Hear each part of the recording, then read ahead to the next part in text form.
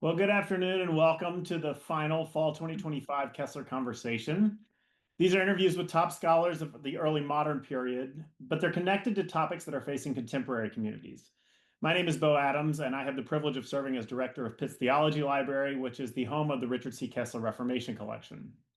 This fall, we've been focusing all of our Kessler programming on considerations of new technology, all under the title of Reforming Intelligence, AI, and the Legacy of the Reformation. We've been talking with historians of the period that is covered by the Kessler Collection to get their thoughts on what impact new technologies may play on broader cultural movements. As we found in our earlier conversations, I think there is much we can learn from studying the role technology played in the turbulent period of the 16th century. And as I think we'll learn today, our new technologies certainly have a role to play in helping us understand moments in text from the past. To do that, I'm joined today by Serena Strecker. Serena is a historian and digital humanist of early modern Europe. She works currently as a Ph.D. candidate in the history department at Yale University. Her dissertation is entitled Life is Taught Better by Examples, Lutheran and Catholic Exempla of Life, Death, and Beyond in Early Modern Europe, and it examines exemplary stories that are meant to shape the mental worlds of ordinary people in the aftermath of the Protestant and Catholic Reformations.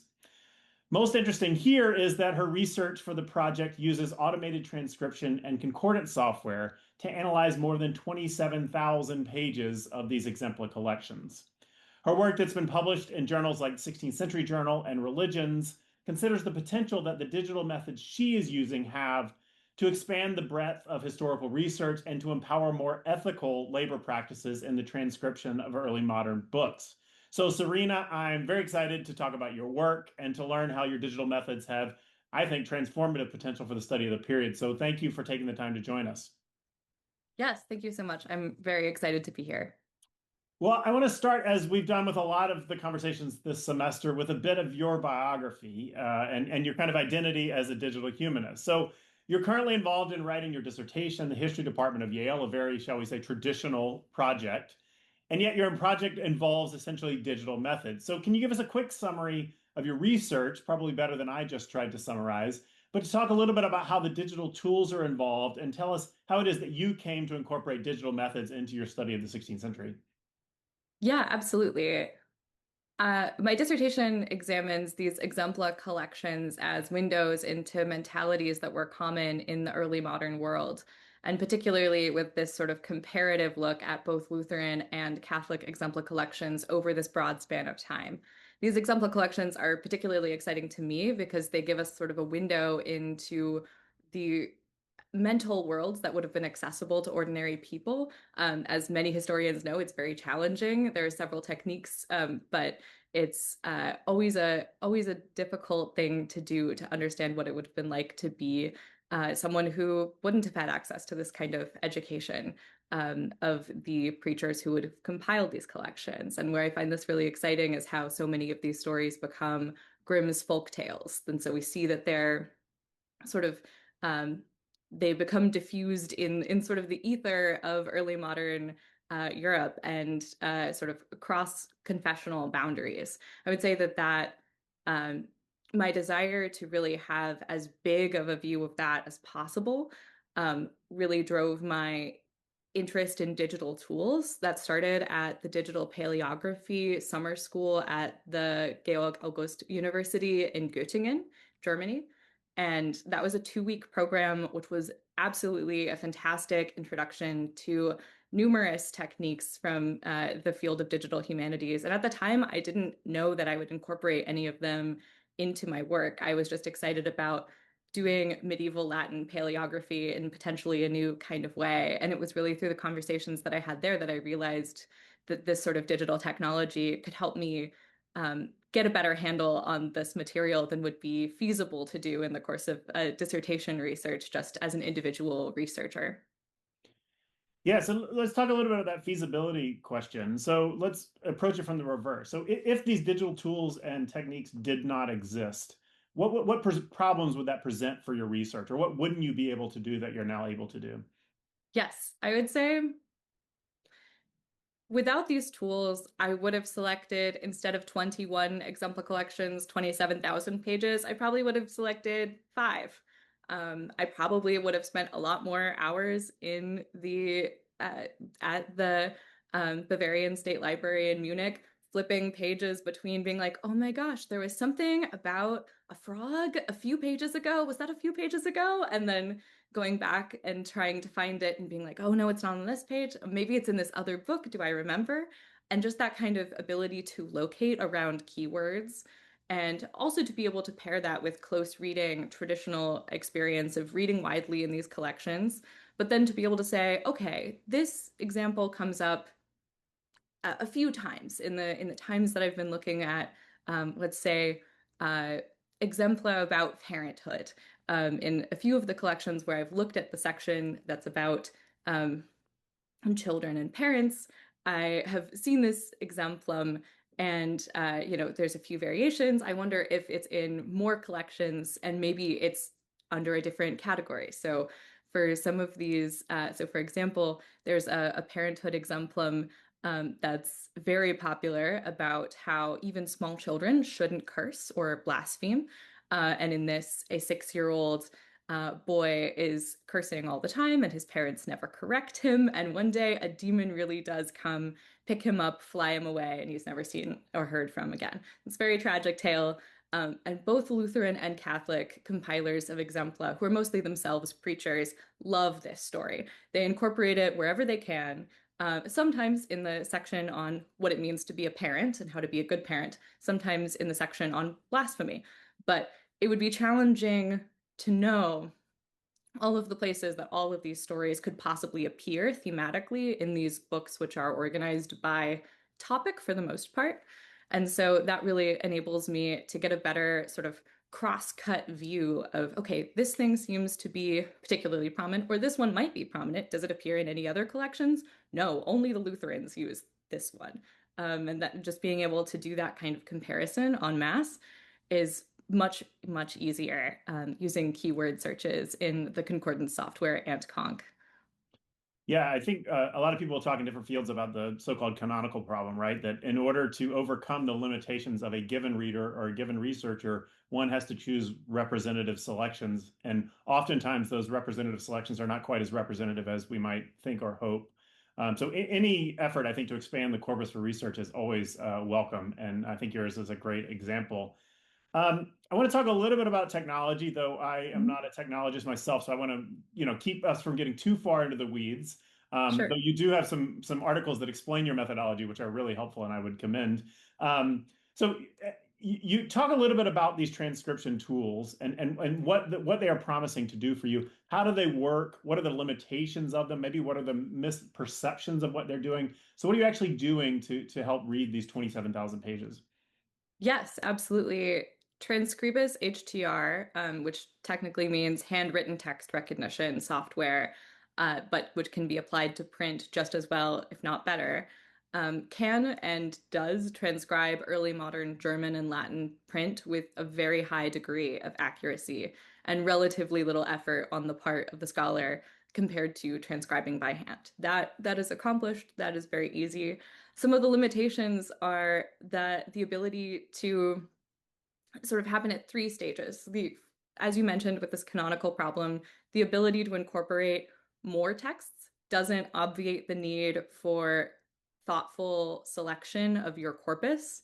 I work at the digital humanities lab at Yale, and I am often encountering also among both graduate students and undergraduate students the sort of, I have 6,000 pages I would like to have transcribed by tomorrow. Can I do it? And this sort of, like with a lot of digital humanities projects, there's questions of scale, questions of how practical is that really?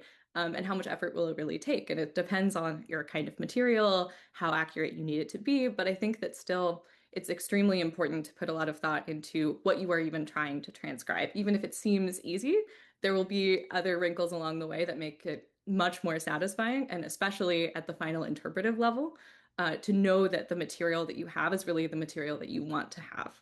Secondly, the tools still require a lot of work in pre-processing. So layout analysis and in transcribing sort of accurate, what's called ground truth training data, which is basically giving the model the right answer a lot of times so that it can then come up with the right answer on its own when it sees a fresh page that it hasn't seen in the training. And all of that also takes a lot of work. So I can say for myself in particular, several of my Exempla collections use a two-column format.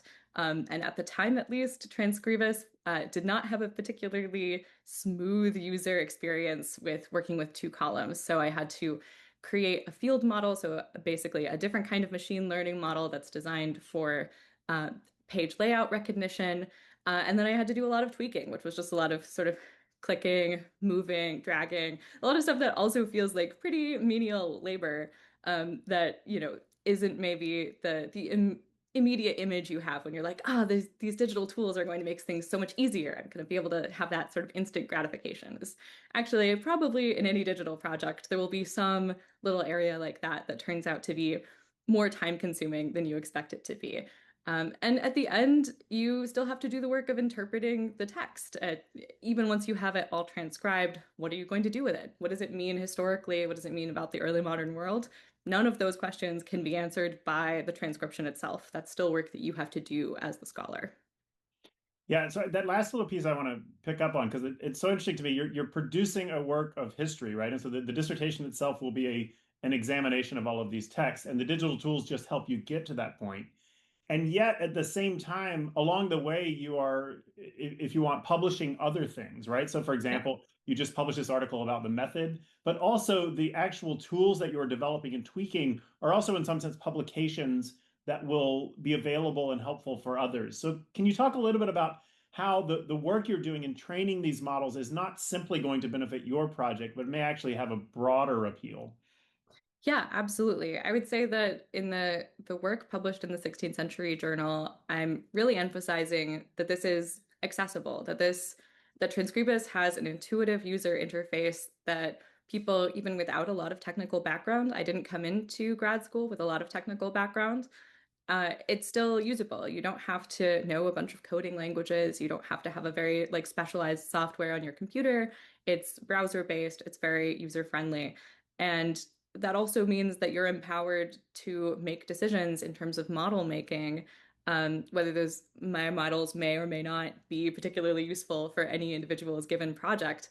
But I'm really excited to empower other people to make those decisions for themselves. Do they want to use a publicly available model, which will maybe not be quite as accurate for their corpus of material that they want to transcribe? Or do they want to put in a little more effort and see if they get a little more payoff and a little higher degree of accuracy, which might be useful for some projects and not so important for other projects? It just sort of depends on your particular thing. So for me, it's less about that any particular model I make is going to be directly transferable to other projects. I think that this is something probably a lot of people who've worked on making models which are now publicly available on Transcribus would attest to that many of the ones that I tested to see if they would be an accurate and useful model for my material were not very accurate because they were designed for other things. They were designed for 18th century Austrian newspapers, and so they're not going to be as good at 16th century printed books. And just all of these sort of specific projects might require models tailored to their specific needs, and that might also be true of any listeners' projects. But at the same time, I really want to outline that it is accessible and what those sort of basic steps are so that people can feel comfortable diving into a digital technology that they may not be so familiar with or may not have had a lot of practice with before. So you've used some of the words that I don't like in our vocabulary, like artificial intelligence and machine learning. I don't like them mainly because I think they're just kind of confusing. But Yes, also, I don't like them because I think a lot of us, and I'll put myself in this bucket, conflate artificial intelligence with ChatGPT or with Gemini, right? With our 100%. particular large language model. And of course, you can take some handwritten stuff and you can ask Gemini or ChatGPT to transcribe it and that'll do a fairly good job. So can you talk a little bit about the difference between the so-called artificial intelligence that you're using and this generally available stuff? And also, what do you think the future is for large language models? Will we eventually be able to just ask ChatGPT to transcribe all of these exemplars you're working with? Yeah, I think that's a great question. I think that I also am very bothered by the conflation of AI writ large as ChatGPT, as Gemini, and as, uh, I think that's increasingly presenting challenges to our society. And the sort of what I would call more machine learning, AI in the context of scholarship, which, can be used for all kinds of work. I've seen some mentions of, identifying craters on Mars, working with like identifying differences in structures of DNA. There's a ton of scholarly applications for this that aren't grounded in these kind of commercial large language models. And I do think that it's valuable to sort of keep those separate in the common parlance. And I don't know if there's sort of language that's doing that very effectively right now. And I think that that's very important. And also in the context of automated transcription, because I think um, I've played around only briefly with Gemini and ChatGPT type LLMs, and their ability to transcribe. But in that experience, I've identified a few issues that I think make them weaker than the specialty machine learning software like Transcribus. Of course, so-called hallucinations, which Transcribus can also produce errors that are, where it sort of predicts a word that isn't there or that kind of thing. But I think that these appear in a more challenging way in ChatGPT or Gemini generated material. There's issues with reading certain files. Higher character error rates have been documented using Gemini than with Transcribus's third generation general model, Text Titan. So that's one particular one that the Transcribus co-op has studied as a particular comparison and come up with grounded data for that. And I think sort of most fundamentally, there's a platform user experience element that if you try to upload a few PDFs here and there to ChatGPT or to Gemini, I don't think that it has the same capacity as the Transcribus platform for organizing your material. And as any scholar knows, whether doing traditional archival work or taking photos and then having those photos organized on their laptop, organization is everything. And it's all about if you can go back and actually find the thing that you thought you found or you want to find. And so I think that that kind of better organization of the material, being able to, handle, in the case of my Exempla collections, some of these are 2,000 pages long. And so being able to sort of know that it's a steady platform that I can easily navigate between individual texts and individual pages makes that all a lot easier and a lot more stable going into the future. Yeah, organization is everything is absolutely right. I'm glad you can't see the desktop on my laptop right now. It's not very organized, so I appreciate Yeah. that. So I think that the lesson here is on the one hand, you're doing something that's not as accessible as ChatGPT. You're working with quote specialized models, but the earlier point you made is that even these specialized models are open, available, and accessible to someone who may not have, deep technical training that we kind of expect one needs to have in order to use a specialized scholarly model. Yes, absolutely. Yeah.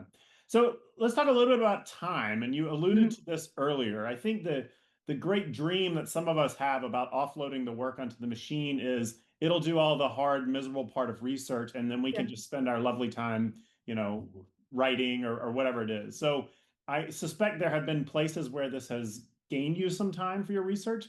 But as you alluded to earlier with your two-column problem, it's probably created its own time problem. So how has using these tools re-engineered the way one spends time on a dissertation?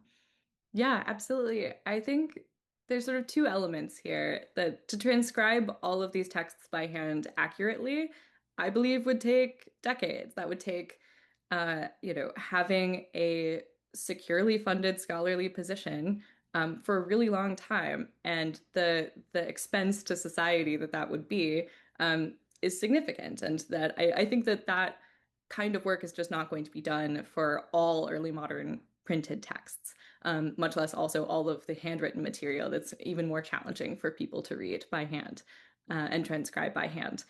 So, in that sense, this is astronomically faster. But of course, what I probably wouldn't have designed a dissertation that would have necessitated 10, 20 years of transcription in order to do it. And so I think that that comes to the sort of the fundamental point of digital work and automated transcription is that what audit, what automated transcription makes impossible projects possible, it doesn't make it easy. And so that kind of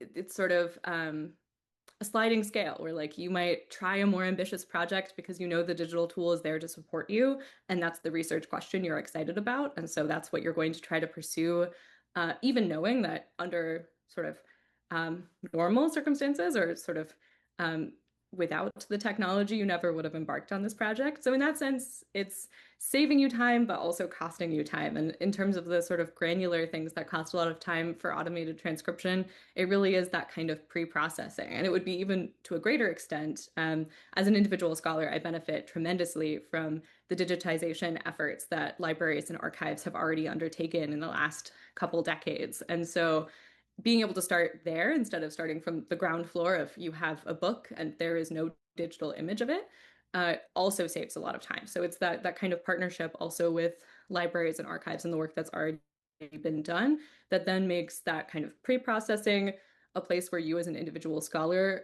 are adding some additional labor, and then you get this payoff of a relatively accurate transcription that you didn't have to do by hand. Um, Well, I want to pick up on that library piece because I think it's important. First of all, I think it's helpful and wonderful that you acknowledge the work that has gone in. I mean, oftentimes the work of the libraries, and in your case, particularly the German libraries, is kind of underappreciated. And it's, from my perspective, remarkable the amount of digitization that has happened. But I think the work that you're doing suggests a kind of change in the model, if we will, of the scholar and the library. I mean, traditionally, of course, we collect the stuff, we digitize the stuff, we put it out there, and we hope that an enterprising scholar will come pick it up and study it. But in some ways, this is changing, right? In that libraries are working more collaboratively with scholars. And so I'm curious, from your perspective, are there ways in which libraries can move beyond simply the we digitize the book so our work is done?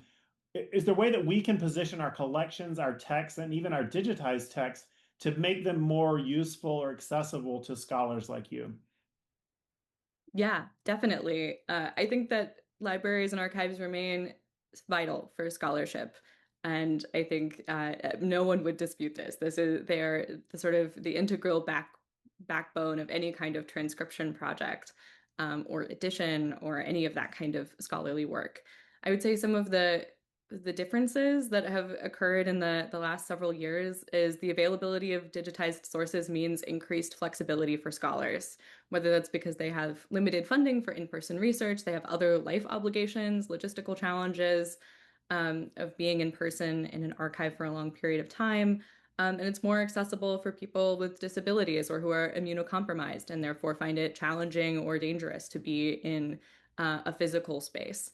Um, I would say COVID changed my relationship to libraries and archives really significantly because I entered graduate school in fall of 2020, and I had just seen that sort of generation of graduate workers having um, their entire dissertation plans upended by lockdown and the sort of quick thinking pivots that they had to do in order to still be able to work on their projects in some form over time. And I knew for me, I wanted to make sure that I had a project that I believed that even if there was a global lockdown again, I would still be able to complete it in some form. And I was very fortunate that I got the opportunity through day funding to be in person in Germany for almost a year. And so I was able to do a lot of in-person work. But I think thinking through that, what would I do if I didn't have access to these texts? If I knew that I might not be able to pore over them for as many hours as would be um, gratifying to do in person in the library, to know that I have some version of this that I can do in a sort of intellectual and cultural history kind of way. I think it would be more challenging for my colleagues who are into material history or book history that's very, very physical. But for the work I was doing, I felt like there was an alignment between those kind of digitized materials and the work that I wanted to be doing, and that kind of being able to sort of design a project with that built-in flexibility was really valuable to me, also on the part of I was really grateful to the libraries and archives that had made that material available. Also, just like catalogs, like all of, everything from just having a catalog entry that can tell me something is there and it's sort of worth my time to try to go. I mean, that's a very, I think, common experience for lots of kinds of historical research, all the way to, okay, I have a digital version of this text and I know I'll never be able to go to this particular library. And where maybe I'm comparing different versions across libraries and it would be cost prohibitive to actually go to every one of them individually. And so that was very helpful to me. I would say in terms of sort of practical things that libraries and archives can do, I think providing digital images for digitized books and other works in as many file formats as possible, making that easily accessible to people and making any backend metadata from the catalog easily downloadable. There are definitely some places where this is more challenging and some places where this is more accessible. And I think that libraries that are really wanting to partner with people working in the digital humanities can be thinking about sort of what data do we have on our end that for a typical user experience, no one needs to see sort of all of this in its database form or its spreadsheet form on the back end, but actually for a digital humanist, that would be an amazing treasure trove of data to then be able to analyze at scale in a way that just sort of clicking on an individual item, digitized item, and sort of downloading just the data for that and then moving on to the next thing and downloading. It's just not going to be a practical use of time. I'm so glad you said that. We've had some debates recently here about you can download catalog records in a JSON format from our digital collection site. And on the one hand, some might say, why in the world would you care about that? But there are people for whom that Yeah. makes the book ultimately much more accessible. So thanks for the validation that that's the right direction to go. Yeah, Um, absolutely. I mean, I think the other thing you highlight, I try not to find silver linings in the misery that was COVID, but one of the things that has been positive, I think, particularly for libraries, it has both shown us the ways that we can make our libraries more accessible, but also created a kind of feedback loop where scholars let us know when they are working with our digital collections, and that really becomes important in a kind of practical sense for funders and these kinds of things. But also, I think to highlight the labor that has gone into making these things accessible. So thank you for focusing on that. One of the reasons I really wanted to talk to you also is because you are in the dissertation phase of your career, which I think traditionally is often thought as kind of like the beginning of a scholarly career. And in some ways for you, maybe it is.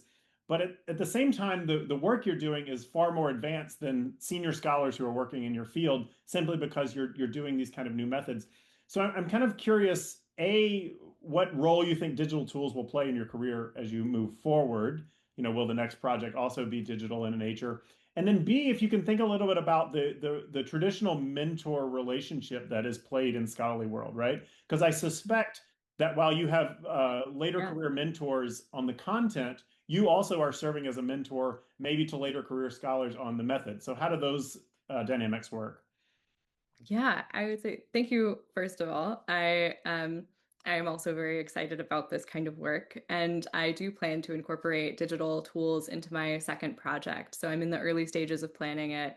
I'm interested in early modern intellectual and popular responses to environmental catastrophe. And that's sort of something that I found in the archive and in the libraries of sort of adjacent material as I was pursuing my dissertation. And I think in a similar kind of way, a lot of these, it's going to be grounded in early modern print material. So a lot of that kind of automated transcription work and concordance software type of method is going to be transferable also to that material. But I think it will, as I develop that project, I'll have a clearer sense of where that kind of ability to scale up to a larger corpus is actually useful and where it's sort of more helpful to do something that's a more traditional angle or something that's a little more flexible. Because kind of when you try to develop a digital transcribed corpus, you're sort of locked in. You've invested a lot of time and energy into this particular set of works. And then it's a little more challenging later to sort of say, oh, I'm also going to grab this and I'm going to grab this and incorporate that as well. So I think I'll be sort of trying to generate that out of the material as I'm pursuing it. But I definitely would like to also incorporate more extensive use of maps. I use them a little bit in my dissertation to talk about the lives, sort of geographical locations of the authors, of the compilers of these Exempla collections. But I would really like to work more extensively with maps in the context of environmental catastrophe, and be able to sort of track where I see different incidents and different kinds of storytelling around these different incidents and the kind of moralizing that we see going on. So I can see that sort of more digital work on the horizon, but I'm also open to figuring out where it's really needed and where it's sort of maybe not so important to certain aspects of the project. Yeah, well, we're excited about project two. Yeah. That's the danger of Yeah. project two, right? You got to finish project one, Yes, though. exactly. In terms of mentorship, I would say, I've been very fortunate to be working with Bruce Gordon and Carlos Eyre, who are both scholars at Yale who are very open to new and innovative digital techniques, which I really appreciate. And I think it has been sort of a partnership of going back and forth and being like, yeah, this is possible. How exciting is that? And sort of hearing from them that kind of the sort of broader conceptual world, which is part of the digital humanities of, okay, you have this material, that's not the end. You have to interpret it. You have to be very thoughtful in how you select the material that you're going to process in these sort of ways with digital tools. And so I think on that end, that's still been very helpful to me as an element of the mentorship. And I think it continues to be very exciting. And I think that this is also where these kind of facilitating productive and sort of good collaborations between undergraduate research assistants and faculty members, graduate student workers and faculty members, between faculty members. These are all sort of things that one does in the context of a digital humanities lab, and I think has really given me a broader view than I would have had just sort of doing a more traditional project in the context of the history department of what academic collaboration can be, and that the importance of sort of how a hierarchical setup can actually create a lot of weak points in a project, and where, bringing people to the same level of investment in the project, and sort of that baseline level of training, looking out for particularly precarious individuals, whether that's undergraduate researchers who are just starting out learning basic research methods, or graduate workers, library scholars who also are often undercredited in the work that gets done in these large digital humanities collaborations led by more securely employed faculty members. So I think just bringing all of that into the conversation and making people aware of the ways that these kind of collaborations are very empowering, but also that the sort of critical thinking needs to be there about how everyone involved in a digital humanities collaboration can really support one another. Yeah, I love that. I was talking to somebody the other day about, you get these scientific papers where there's 17 different co-authors. I don't think we're going to get to that point in the humanities, Yeah. but it would be great if we started to see scholarship being credited for all the folks who played a role. And as you indicate, some of the folks who are not in the kind of secure positions to get credit for that. So I really appreciate your bringing that up. I mentioned earlier some language that I don't like. Another term that I'm a little bit ambivalent on is the term digital humanities, Hmm. mainly because I think it means a lot of different things, almost to the point where it doesn't have meaning. I was in graduate school a million years ago, and that was kind of at the dawn of the DH world. And at Yeah. that point, for graduate students, it felt like, well, you better do something that looks like digital humanities because this is the future. And if you don't do that, you're not going to be employable. I think and hope we're at a different space here. So if I can ask you to kind of ruminate on the idea of digital humanities, both from your own project, but also you mentioned you work in the DH lab at Yale.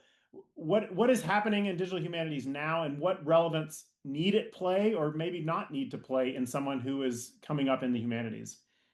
Yeah, I would say digital humanities is important, but it doesn't diminish the work that scholars who are using more traditional techniques are doing and continue to do. I think I find a lot of inspiration in reading books by scholars who don't really incorporate digital methods, maybe beyond like, maybe they can see that they're incorporating, Zotero, word processing software, some digital tools. I think everyone incorporates, some level of digital support for their projects, even if that's not sort of explicitly in the work.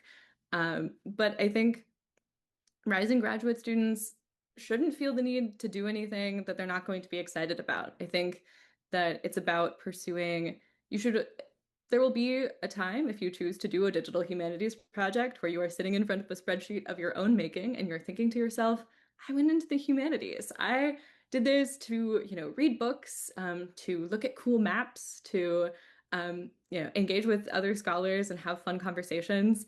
And here I am in front of a spreadsheet and I have 1,000 more lines to go.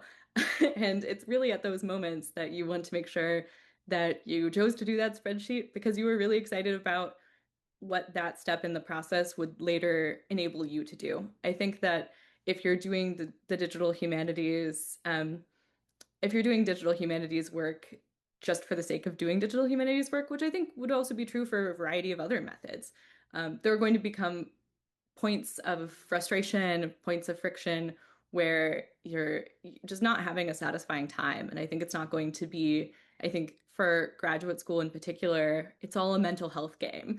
And, there's the scholarly element, there's mentorship and support that can be there for you, but you have to be really excited about your project.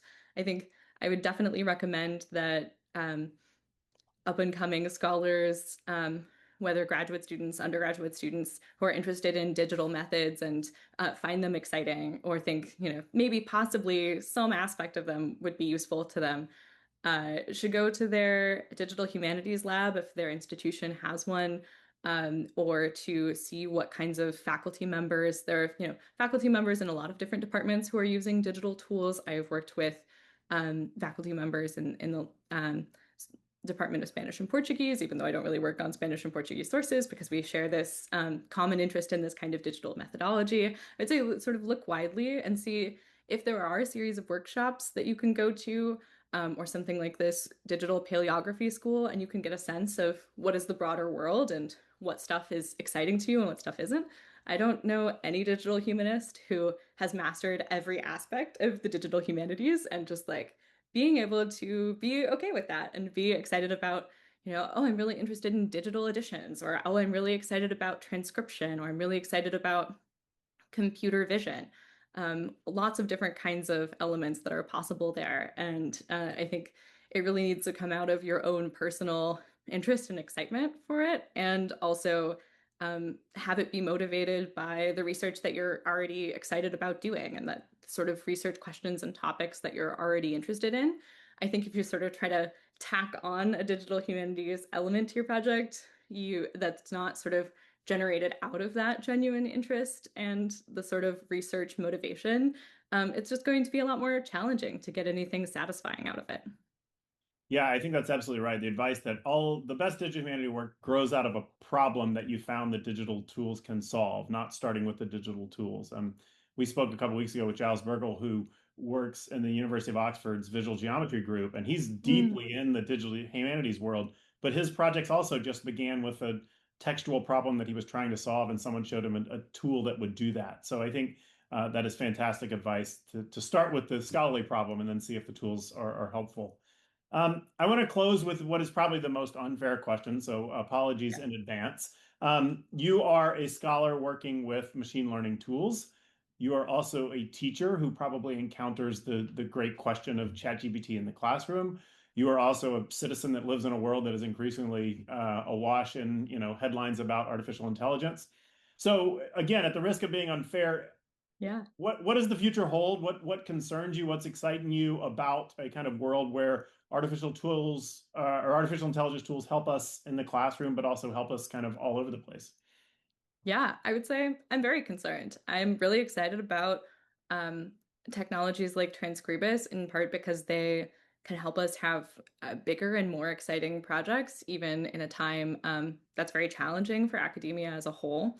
And it gives us a new toolkit, or a continually new toolkit of um, stuff we can use to make the case for why the humanities matter. And I think that making that case is more important than ever, in terms of the challenges presented to higher education, um, politically, socially, and especially in the context of ChatGPT, and how middle school, high school, college students are using ChatGPT, Gemini, Grok, these kinds of technologies in a way that I think may not be particularly helpful to them. I think that sort of what we as scholars who had that baseline level of education and training in critical thinking and training in finding our own voice and sort of analytical power can then do with machine learning technology in the context of scholarship is just entirely a different world than what Gemini, ChatGPT, et cetera, the kind of impact that they're having at a societal level. And I would say the ethics of human labor need to be at the center of any conversation around generative AI, like ChatGPT, Gemini. I think that comes into the context of undergraduate teaching in the sort of, I think it's very important to sort of frame around and sort of a non-policing type of strategy, like a strategy that's really around motivating students, because I think I'm concerned by the way some academics have turned toward, okay, well, what can we do that's more punitive or more, contributes to a greater culture of surveillance of students? And I think that that's just not going to be a path that's very productive, effective, or cultivate the kind of classroom environment that's going to get students to be really excited about the learning that they want to do. I think that there's a lot of broader societal issues that make this challenging. Students in undergrad are facing a very challenging job market, are facing an unstable world in a lot of ways. And I think that's still something that I'm thinking through in terms of how to create a pocket in my teaching that empowers students with those skills, which I do believe are relevant in the life of a human being, whether that's in one kind of career or a different kind of career and kind of whatever happens in the world. I think having a richer inner life through the tools that you can have through humanities education is beneficial to everyone, and everyone deserves that. But I think it's an issue of equity, who will have access to the sort of taking a breather, accepting that it's okay if you don't get an A on this assignment, even if ChatGPT could get you one, and being able to, I think this is an opportunity that's very exciting for rethinking the purpose of assessment and the purpose of humanities education overall, not in the direction of sort of trying to crack down on students or on the sort of provide them with a very technical education that's going to lead right into a very specific field. Because we see that how unstable that kind of thing can also be. You train to code for a couple of decades, and you're all excited to go into the tech industry, and it's volatile, and there's layoffs, there's hiring. It's a challenging world. And so I think that kind of holistic skill set is really grounded in encouraging students to do the kinds of things separately from generative AI that they might also do with it, sort of how to generate ideas, how to organize their ideas, how to find their voice, and really just taking the position as the instructor over and over again that you really care about these individual students and the voice and the perspective and the analytical skills that they have and are building in the course of your interactions with them.